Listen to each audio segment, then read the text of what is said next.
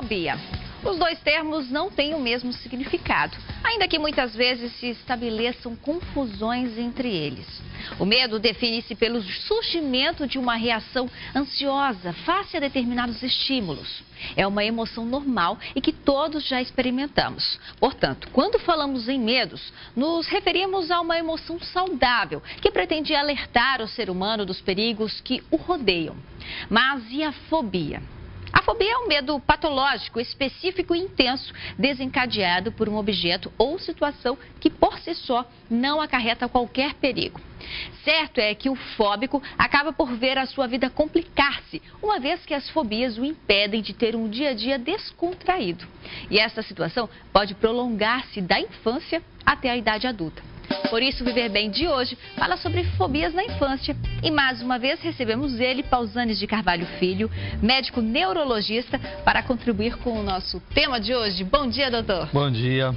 Realmente é um tema que merece uma atenção especial, cuidar das fobias na infância? Sem dúvida, isso costuma às vezes incomodar bastante as famílias, porque alguns casos são bastante exagerados e trazem outros inconvenientes. E é normal, doutora, as crianças pequenas sentirem receio diante de alguns ruídos, diante de alguns barulhos, algumas situações? Isso é considerado uma coisa normal da criança? Sem dúvida.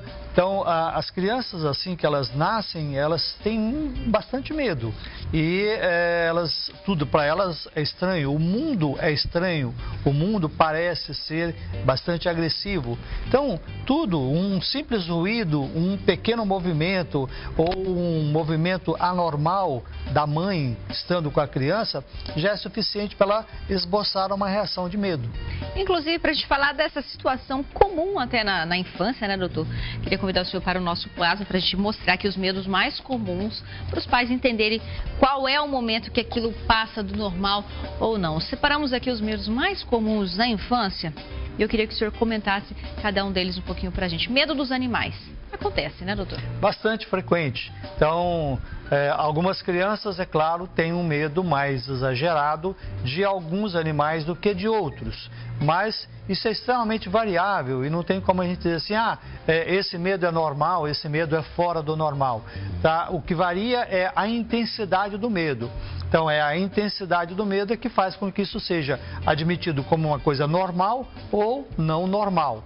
Então, pode ser tanto de animais pequenos quanto de animais maiores. Então, um grande número de crianças tem medo de insetos, de baratas, de aranhas. Adultos também, né, doutor? Adultos também, ixi, a gente vê isso bastante. Então, algumas pessoas têm isso desde a infância e persistem com isso ao longo da vida. O medo do escuro também é algo bastante comum nas crianças, mas que na vida adulta já acaba se tornando um pouco diferenciado, né? Então é compreensível, né? Então a criança ela se sente indefesa, ela sente que ela não tem a capacidade de defesa que tem um adulto, então o medo é sempre algo imprevisto, inesperado. Medo dos médicos, eles realmente têm medo de ir ao consultório, doutor? Muito, né? Então muitas crianças entram no consultório já chorando, perguntando se tem injeção, se vão ter que tomar injeção, então se vão ter que fazer algum procedimento, né, invasivo. Então é um medo bastante natural. E por fim, o medo de dormirem sozinhas. É bastante natural também, então exatamente pela sensação de falta de segurança, pela a sensação de dificuldade de se defenderem do imprevisto. Então isso é também bastante comum, a criança ter medo de dormir sozinha. Algumas crianças crescem tendo que, num pedaço da noite, às vezes, dormirem com os pais. Então, eles até pegam no sono na sua cama, mas depois de uma certa hora eles vão para a cama dos pais. A gente separou tudo isso porque é considerável normal, doutor, porque a gente quer saber se essas ocasiões, esses medos, eles podem tornar-se fobias e aí serem situações que vão atrapalhar a vida dessa criança na vida adulta. Exatamente. Então, medo é um sentimento normal do ser humano. Então, todos nós temos medos. Isso faz parte do complexo de sentimentos da nossa autopreservação. Então, a gente tem medo de tudo aquilo que ameaça a nossa integridade física. Agora, esse medo ele pode tornar-se bastante intenso a ponto de gerar sintomas físicos que causam bastante incômodo à pessoa. Inclusive, a gente tem aqui a lista dos sintomas para o senhor aproveitar o gancho e comentar para a gente. Então, vamos lá. Então, né, quando a criança tem fobia ou um medo muito exagerado, ela tem aumento da frequência cardíaca, ela tem uma sudorese excessiva, ela tem uma sudorese fria. Então, você pega na mão da criança, ela está suando e a mão está fria. Às vezes, tremor. Então, às vezes, dificuldade para falar. Às vezes a dificuldade para respirar, a criança respira como se estivesse cansada e às vezes ela vai falar e ela engasga. Então, todos esses sintomas ou esses sinais são sinais de que ela está bastante incômoda, ela está sofrendo bastante com aquele tipo de sintoma. Isso pode se agravar, por exemplo, temos outros medos aqui que até me preocupa, que pode atrapalhar o psicológico, o desenvolvimento dessa criança, né, doutor?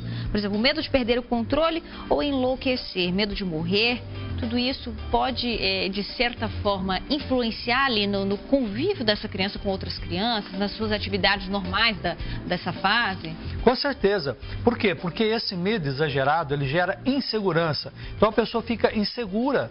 Então ela não consegue tomar atitudes, né? Não consegue fazer programações, né, de vida, da sua situação de vida, de forma segura. Então ela se sente muito insegura. Então são pessoas que são indecisas, né? Hoje quer uma coisa, depois não quer mais, amanhã quer outra coisa, depois não quer mais. Então isso gera vários distúrbios de comportamento, vários distúrbios psicológicos. Só para a gente fechar então os sintomas, mostrar aqui para o pessoal de casa os sintomas que a gente acabou de falar: o medo de morrer, aturdimento, arrepios ou calores súbitos. Tudo aquela situação que pode gerar os transtornos para a criança. A criança tem muito medo disso. Então, elas às vezes não têm nem noção do que é morrer, mas elas têm muito medo de morrer, né? Ou medo de perder os pais, os parentes mais próximos, o irmão, a irmã. Então, é um sentimento bastante frequente. Pausa rápida, estamos falando hoje sobre fobias na infância, recebendo o convidado Pausanes de Carvalho, neurologista. E você de casa não saia daí, daqui a pouquinho nós estamos de volta.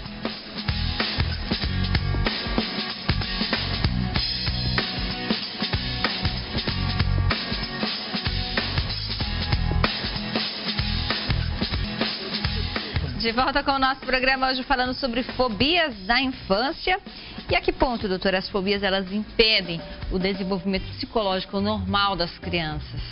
Elas podem causar alterações psicológicas as mais variadas possíveis. Então, são crianças que podem se desenvolver com um certo grau de indecisão, um certo grau de insegurança, com dificuldade para tomar o seu rumo na vida e constantemente inseguras, constantemente com medo de tomar decisões erradas.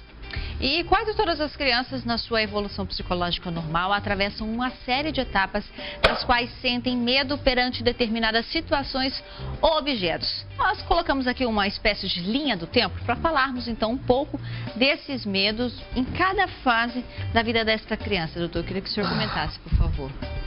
Então, quando a criança nasce, ela é bastante atenta. Então, se você colocar uma criança, um bebê recém-nato, no berço e fizer um ruído, se for um ruído bem suave, ela talvez nem assuste.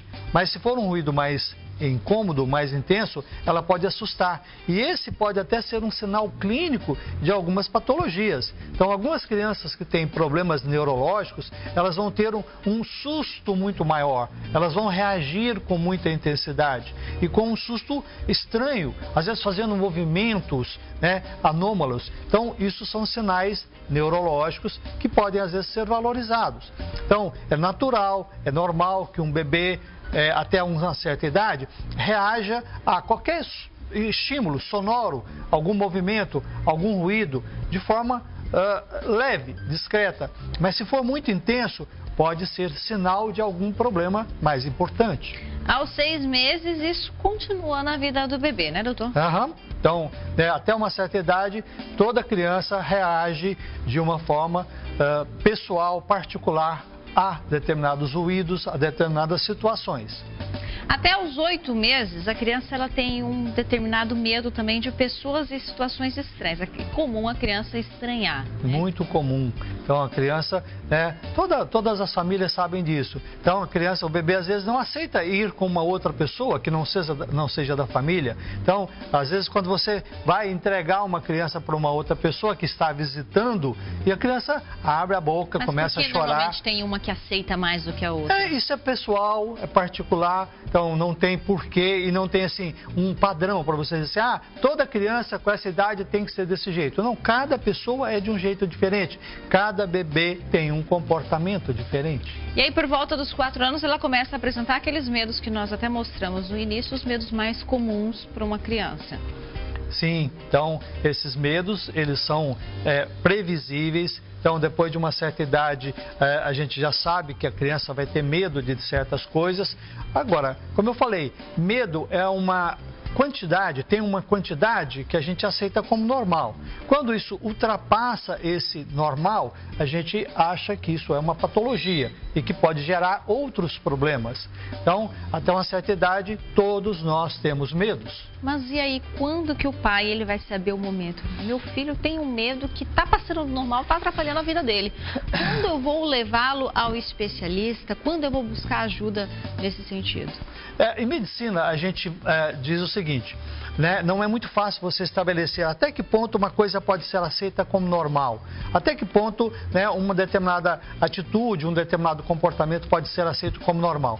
A gente considera como anormal a partir do momento em que isso gera outros problemas, que isso gera outras dificuldades. Então, se a criança tem, né, um medo que impede que ele vá a um outro cômodo da casa sozinho, que impede que ele durma sozinho, que impede que ele faça certas coisas sozinho, opa, então isso já não é normal. Então isso já é uma patologia. Até os 8 anos, as crianças elas têm medos mais existenciais. Nessa fase que a criança consegue se comunicar melhor, consegue conversar com os pais, seria de certa forma mais fácil de ter esse diálogo e esse entendimento da família com a criança para saber se existe a necessidade de um atendimento psicológico, um atendimento de um especialista, de um neurologista? Sem dúvida alguma. Então a família tem uma importância muito grande nesse processo, tanto no sentido de minimizar esse medo exagerado, quanto de tomar a atitude adequada para tentar corrigir isso, né? Então a família tem que obrigatoriamente tentar modificar, suavizar, preparar essa pessoa para enfrentar essa dificuldade e, é claro, se não estiver surtindo resultados, então procurar um profissional que possa ajudar. Então, para a gente continuar nosso bate-papo de hoje, eu queria até chegar num ponto que pode preocupar. Parece, assim, às vezes uma coisa que a gente tem que é ignorável por ser algo normal, ter medo. Mas esses medos, essas fobias, de certa forma pode ser até um certo bullying para a criança, né? Ela conviver isso com os coleguinhas, tem medo daquilo. Quando passa por essa dificuldade também de achar engraçadinho, mas não ter esse cuidado especial, né? Sem dúvida alguma. Então, isso é muito comum hoje nas escolas. Então, quando os colegas percebem, né, que a criança tem uma dificuldade, qualquer que seja ela, isso é motivo para, né, pegarem no pé, como eles dizem. Então, né, se for medo, aí é fácil, né, de provocar essa criança criando situações de medo. E aí a escola tem um papel fundamental nesse momento. Sem dúvida alguma. Então, cabe à estrutura escolar, né, orientar, né, chamar a família, orientar e procurar, né, uma solução mais adequada. Falar de fobias na infância, a gente quer saber agora, doutor, se é possível tratá-las. Existe tratamento para as fobias? Não é fácil, mas existem. Então, algumas situações realmente existem algumas medidas. Começa em casa, óbvio, então no seio da família. É importante que a família entenda isso, porque muitos pais às vezes batem, às vezes agridem a criança pelo medo exagerado. Ou superprotegem.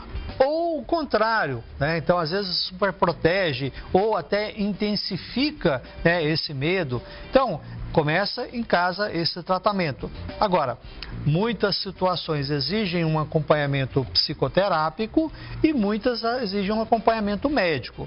Então, a grande dificuldade quando a gente fala em tratamento médico é porque médico só sabe tratar com remédios. Então, o médico não faz terapia, não faz orientações, então o médico passa remédio. Tá? Então, quando você fala assim, ele tem um medo e tem que tomar um remédio e o remédio é controlado, as famílias ficam na dúvida. qual que é pior? É o medo ou é o remédio? Né? Então isso gera uma certa dificuldade e que, é claro, dependendo do grau, da intensidade, tem que tratar e tem que ser com medicamento mesmo. E é um tratamento que pode envolver vários profissionais, assim como o psicólogo, né? Com certeza. Então, exige o acompanhamento psicológico, exige o acompanhamento médico e, né, junta tudo isso, né, para ver se consegue minimizar as consequências que isso pode ter. E para a gente entender o papel do psicólogo neste momento, neste tratamento, a gente tem uma matéria especial, então, com um especialista no assunto. Olha só.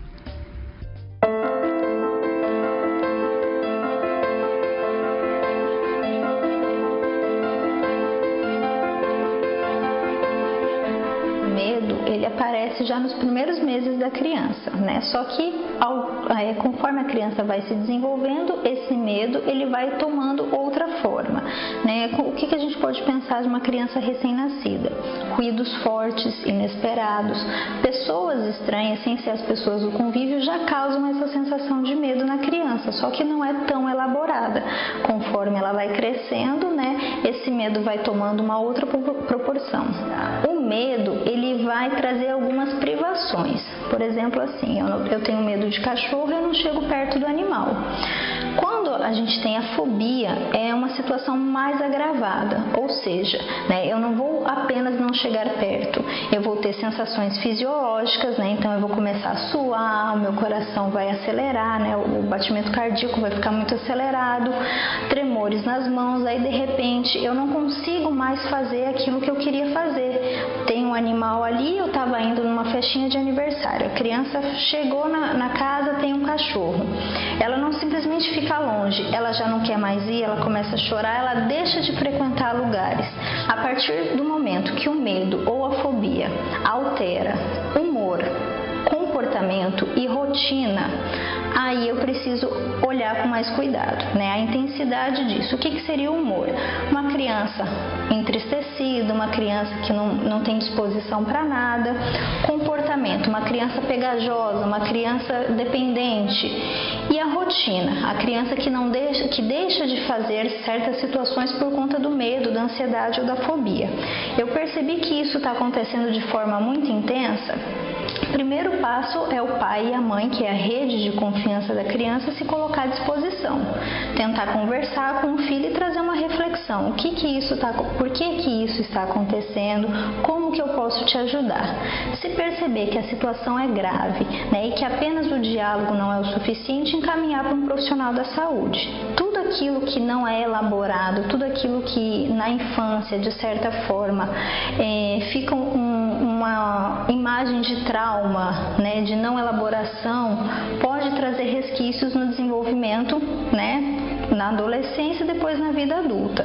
Se ela vai passando por episódios na vida dela, onde esses episódios são marcados por eventos negativos, por privações, ela pode chegar na adolescência, né, muito fragilizada, não conseguir passar por certas situações e na vida adulta ter dificuldades para se inserir em mercado de trabalho, para falar em público, para conhecer pessoas diferentes. Por quê? Porque ela não viveu, né? O medo e a ansiedade privam muito o indivíduo. E aí, se ele não consegue ter esse contato com o outro por conta do medo, por conta da ansiedade, quando isso for uma obrigação, uma necessidade, que isso na adolescência e na vida adulta é um fato, ele vai ter muito mais dificuldade.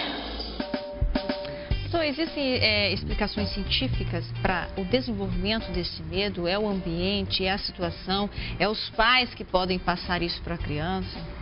Não, isso é uma condição inata. Então, a criança já nasce com isso. Então, a gente observa isso, às vezes, em crianças desde os primeiros dias de vida. Então, elas são muito assustadas, elas assustam com muita facilidade e esses medos vão se tornando cada vez mais evidentes. É claro que em graus variáveis. Algumas têm medos aceitáveis como normal, mas como a gente já mencionou, dependendo do grau, eles passam a gerar outras dificuldades, outros incômodos para a criança. O tratamento medicamentoso, por exemplo, que gera já um certo medo nos pais, ele vai eliminar de vez esse medo? Não. Então essa é uma grande dificuldade, porque na verdade assim, não existe um remédio específico para isso. Então a criança está aqui com um medo, uma fobia, então nós vamos passar um remédio que é maravilhoso. Não existe esse remédio. Então, na verdade, nós usamos medicamentos que são ou ansiolíticos, ou antidepressivos, ou algum outro medicamento que atue sobre o comportamento e que pode ajudar. É claro que só o tratamento medicamentoso às vezes não é suficiente. Então, por isso é importante também o acompanhamento psicoterápico. Então, levar ao psicólogo, porque a psicologia ela tem várias técnicas para ir diminuindo isso de forma gradativa. Quem pode fazer esse diagnóstico, doutor? É o neurologista? Qualquer médico pode fazer esse diagnóstico, às vezes a própria família. Então, às vezes a criança já chega, né, e a mãe ou o pai diz assim, meu filho tem tal problema, né? Então, isso hoje não é muito difícil de ser diagnosticado. Agora, qualquer médico, um clínico, um pediatra, né? Então, os pediatras às vezes se deparam muito com isso e, óbvio, então, dependendo do grau de intensidade, eles encaminham para um especialista. Agradeço mais uma vez a sua presença, doutor. Que isso, é um prazer sempre estar aqui com vocês. E você de casa, sábado que vem, nós estamos de volta 1h da tarde aqui na tela da SIC TV. Tchau.